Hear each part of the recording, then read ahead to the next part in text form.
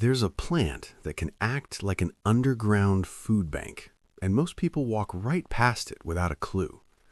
It comes back every year, handles deep winter cold, and once it's established, it can give you a steady pile of tubers with surprisingly little fuss. And here's the part that always gets me.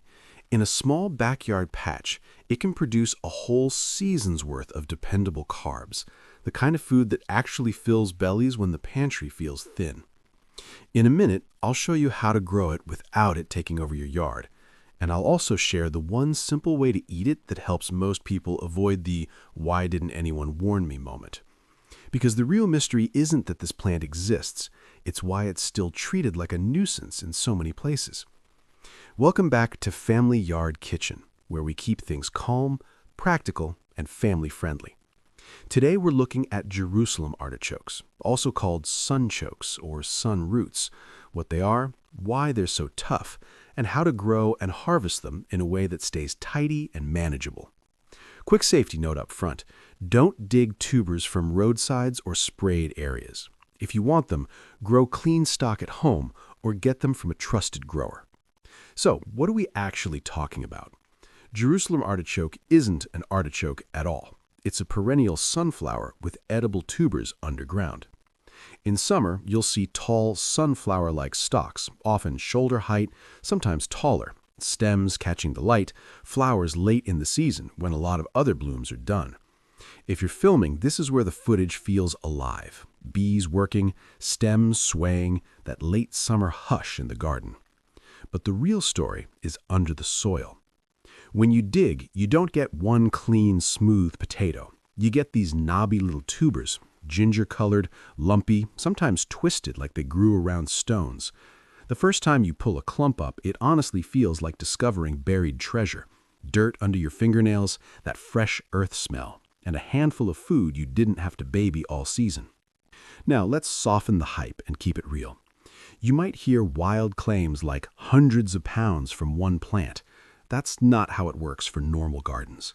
But here's what is realistic and still impressive. A small patch, even something like a few plants along a fence or a contained bed, can give you a big harvest over time, especially once it settles in. And unlike many crops that ask you to start over every spring, sunroots are the kind of plant you establish once, and then you manage and harvest year after year. This is where they start to beat potatoes in a very practical way for families. Not in being perfect, not in being pretty, but in being reliable. They handle cold well because the tubers are protected underground.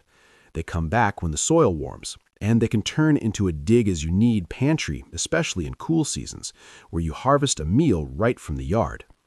And if you've ever had potatoes sprout in the pantry or rot when the weather flips, you understand the appeal of something that can just wait outside until you're ready. If you enjoy these calm, step-by-step backyard food ideas, you're welcome to subscribe. We keep it simple, steady, and realistic for ordinary households. Now let's answer the obvious question. If this is so useful, why isn't everyone growing it? Here's the truth. It didn't vanish because it was useless. It fell out of favor because it doesn't fit neatly into the modern, tidy mass market system. There are three big reasons. First, the digestion surprise. Sunchokes store a lot of their carbs as inulin, a type of fiber your body doesn't digest the same way it digests potato starch. Your gut bacteria love it, and sometimes they celebrate a little too loudly. If someone eats a big plate of sunchokes on day one, they might end the night thinking, "I will never do that again." So we'll handle that later with a simple, gentle approach, because most people do fine when they start small and prepare them well. Second, they're awkward to sell pretty. They can be knobbly and thin-skinned. They don't always wash up clean and uniform. And once they're dug, they can dry out faster than you'd expect if they're not kept cool and humid.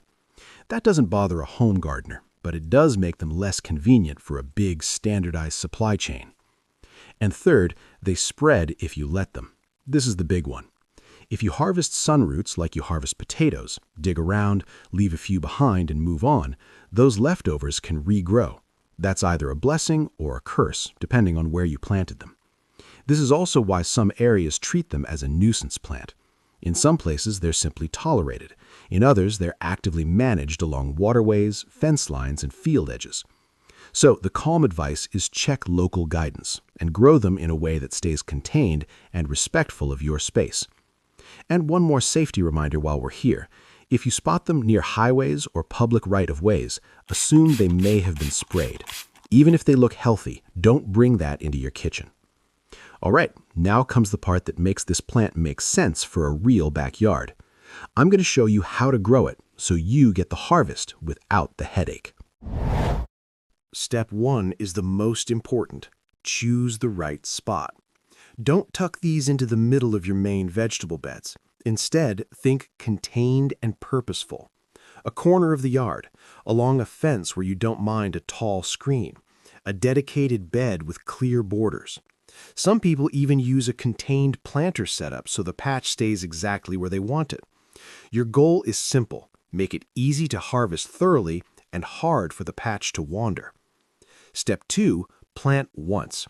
You plant pieces of tuber, not seeds. Bury them a few inches deep, give them space, and water them in. And here's a helpful mindset. The first year is often about establishing the patch, not chasing perfection. You may get a modest harvest at first, then a stronger one as the patch settles into your soil. Step 3, basic care, especially early on. They're tough, yes, but tough doesn't mean magic. In year 1, a little mulch helps hold moisture and keeps weeds down. Occasional watering during dry spells helps them root in.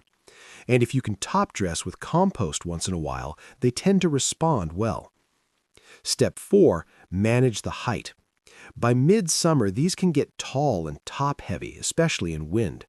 If your area gets storms, you can stake them or lightly cut them back so they don't flop. This also makes them easier to live with visually, more like a tidy hedge than a wild thicket. Step 5, harvest like a pantry. This is where Jerusalem artichokes start to feel special. After a hard frost, the tops die back and the tubers often taste sweeter. You cut the stalks down, and then you don't have to dig everything at once.